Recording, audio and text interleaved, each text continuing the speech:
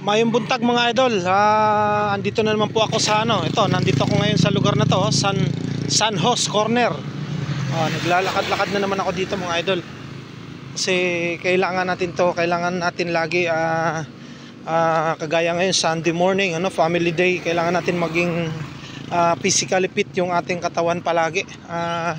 Na naman ako dito. Nagwo-walkathon na naman ako mga idol.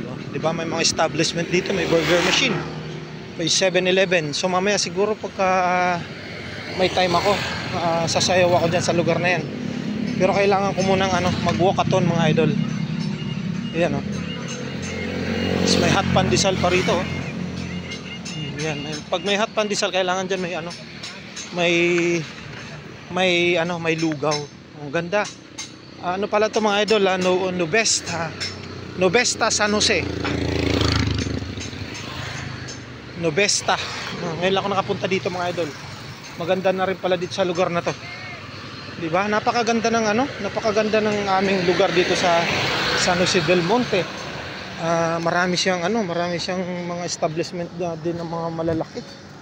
Ayun May mga naglulugaw din diyan, Oxygen Fitness, Boy Lugaw, may mga lugaw na rin mga idol.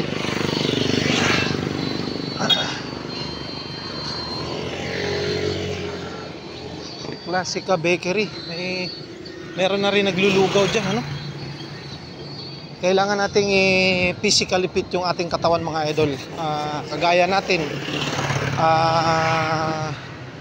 medyo nagkakaedad na tayo, kailangan i-maintain natin yung ating ating lakas para manatili siyang lagi body fit yung ating katawan. Ako lagi kong pinapanatili yung katawan ko mga idol na hindi siya lumaki, hindi siya lumiit. Talagang normal lang para lagi tayong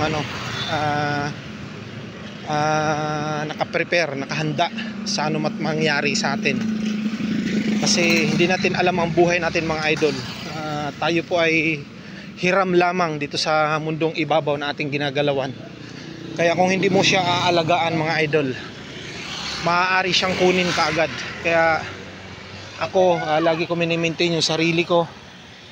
Lagi akong good morning po, good morning. May mga melon dito, may pakwan, may nagbibenta ng pakwan. Ito masarap to. Kuya, magkano ganyan? 50 po. 50? Sarap yan no? Kulay dilaw po yan. Ha? Kulay dilaw po. Kulay dilaw siya? Opo. Ay, hindi pula. Ito po pula. Magkano naman dyan? May 100, 150 po. Sarap yan, water pakwan. Matamis naman. Magkano yung ganyan? 150. Medyo mahal talaga ang pakwan mga idol. Ito kulay dilaw. Ito yung sinasabi kong kulay dilaw na matamis. Hindi iba ang nito, produkto nito, kulay dilaw to Yan, bilog. Matamis din yung kulay dilaw na yan kuya, Opo. Di mamaya balikan ko pag medyo aahon muna ako dito sa taas. Gawi muna ako rito sa taas. Pag nakagawi na ako dito sa taas, medyo pwede na akong bumalik dyan. Marami ditong mga lugar mga idol dito sa San Jose del Monte, Bulacan na pwede mong kagaya nito, mag-walking ka lang. Hindi mo kailangan mag-jogging. Walking ka lang. Mag-walking ka lang. Ganyan. Iba, maraming nagbabike dito, yung mga nanggagaling sa ito yung papuntang mga idol. Itong lugar na to nga pala, hindi ko na i-reveal sa inyo, Itong nilalakaran kong kalsada na ito mga idol, papunta ito ng Padre Pio. Papunta ito ng Padre Pio. Maraming nagbibisikleta dito. Nakita nyo, maraming dumadaan na nakabisikleta. Ayan, ito yung lugar ng papuntang Likaw-Likaw at saka Padre Pio. Ayan medyo paahon na dyan. Ayan. Di ba? Meron lang akong gustong puntahan dito sa lugar na to mga idol. Kaya nagawi ako dito. Ganito lang ginagawa ko mga idol pagka Sabado o Linggo wala akong pasok. Nagwo-walking talaga ako. Magmula doon sa bahay ko, lumalabas ako ng subdivision namin, tapos naglalakad ako sa iba-ibang lugar para yung aking katawan ay ma-maintain ko, no? Kita nyo mga idol, wala akong tiyan, wala akong fat. Maintain yung katawan ko. Hindi siya lumiliit, hindi siya lumalaki, kasi kailangan ko, kasi nagkakaedad na po tayo, at saka unang-una na sumasayaw po ako, kaya naalagaan ko po talaga siya na wag lumaki, kasi kapag lumaki siya, hirap akong sumayaw. So kailangan dito lang po ang maintain lang talaga yung katawan ko, di ba mga idol? So nakita nyo mga idol yung lugar na nilalakaran ko, no? Napakalawak ng kalsada na to, no, di ba? Dati 2 lane lang itong kalsada na to, ngayon naging 4 na, naging 5 lane na siya, oh. Luluwagan at luluwagan pa to mga idol pagdating ng araw, kasi tagus-tagusan na to mga kalsada na to, kasi binuksan na ngayon yung kalsada ng yung pinakamalaking kalsada na magdudugtong ng Nueva Ecija, at saka yung tawag nito, yung Marilaki, at saka yung tawag yung kalsada na yun, yung papuntang yung pinakamagandang falls dyan sa may bandang Infanta Quezon na yan, malapit na siya. Magdudugtong-dugtong na to mga idol. Nilalawakan na nila yung kalsada unti-unti. Di ba? Napakalawak ng kalsada, di ba? Nakikita nyo naman, yan. Itong lugar na to, di ba, nasabi ko sa inyo kanina, papunta ito ng Likaw-Likaw. Pag tinagos mo ito, ang lusot nito papunta naman ng Montalban. Di ba? Kaya lang medyo rough road yun, yung dadaanan nyo yun mga idol. Papunta yan ng Montalban. Di ba? Nalaman nyo na, no? Na mayroon dito palang mga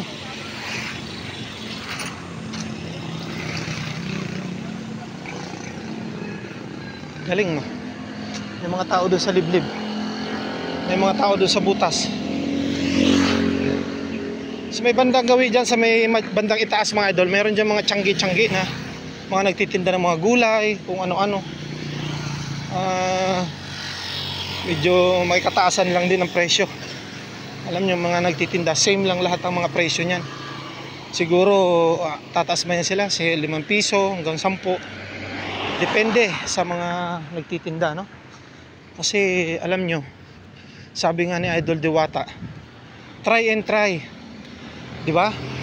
Pag natalo ka ng una, bumawi ka ulit sa pangalawa. Pag natalo ka sa pangalawa, bumawi ka ulit sa pangatlo. Baka sa pang-4, swertehin ka na. Di ba? Ganun lang kasimple. Kasi pag sumuko ka mga idol, wala. Ikaw ang pinakatalo doon. Pag sumuko ka, ganun. Pag naumpisahan mo na, ituloy-tuloy mo lang. Ganun lang yun. Ganun lang ang buhay natin mga idol. Ituloy-tuloy mo na para ano't ano man ang mangyari, laban lang kumbaga. Di ba? Laban lang ang buhay mga idol. Kita nyo ako, maraming nalalait sa akin. Meron nga isang tao na nilalang na sobrang panlalait sa akin. Pero hindi ko siya pinapansin.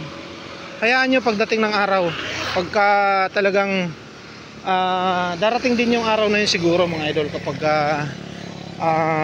nalubugan na ng araw, siguro ma-realize niya na mali pala yung mga sinasabi niya sa akin, na talagang wala daw akong kwenta, wala daw akong kwentang tao. Okay lang sa akin yun, tanggap ko yun, okay lang yun.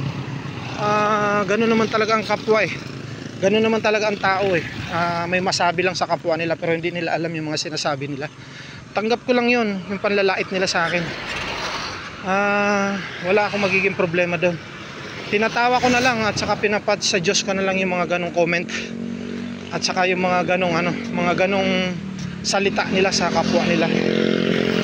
Ako, madaldal man ako, nagbibitaw ako ng mga ibang salita, pero hindi ako nanlalalait ng tao. Kasi hindi mo alam, yung nilalait mong tao, balang araw magulat ka na lang. Basta magulat ka na lang, di ba? Pag nagulat ka kasi, mahirap. Baka dumating yung araw, yung punto na sinasabi mong nilalait mong tao, ikaw naman yung bibigyan papuri, di ba? So Ang kapwa kasi natin, hindi natin alam ang estado niyan. Malay mo bukas makalawa, sinuwerte yan, di ba? So yung panlalait mo sa kanya, baka bumalik siya yan. Mahirap mang ano ng kapwa. Kaya para sa akin, salute, totoo lang. Pag ako nagla-live sa akin sa TikTok ko, talagang super ang nanlalait sa akin, pero hindi ko sila pinapansin. Kasi tao lang tayo mga idol. So hanggang dito na lang ako mga idol, medyo mahaba ng video ko. Babalik na ako pababa. Yan. Babalik na uli ako dun. Thank you so much mga idol. Salamat sa panonood nyo sa aking mga video. Salamat sa pagsubaybay nyo sa aking mga video, sa aking sa aking mga vlog na ina-upload ko dito sa aking YouTube channel. Thank you so much mga idol. Maraming salamat po sa inyong panonood at salamat sa suporta nyo sa mga nag-like, nag-comment, nag-share, at higit sa lahat po sa lahat ng mga nakapalo po at na nagsusubscribe sa akin. Thank you so much po. Maraming salamat po sa pag-subscribe nyo sa aking YouTube channel. Yung mga hindi pa po nakasubscribe sa aking YouTube channel mga idol, mag-subscribe na po kayo para updated po kayo sa aking mga video. At sa akin pong Facebook page, sa lahat po ng mga nakapalo sa akin dyan, thank you so much. Maraming salamat po sa suporta nyo. At yung mga hindi pa nakakapalo sa akin sa Facebook page ko, mag-follow na din po kayo para po updated kayo palagi sa mga video na ina-upload ko. Maraming salamat po sa inyong mga idol. Sa muli po sa pagbabalik ko po sa susunod na video po. Maraming salamat po. Thank you so much po sa inyo lahat mga idol. God bless.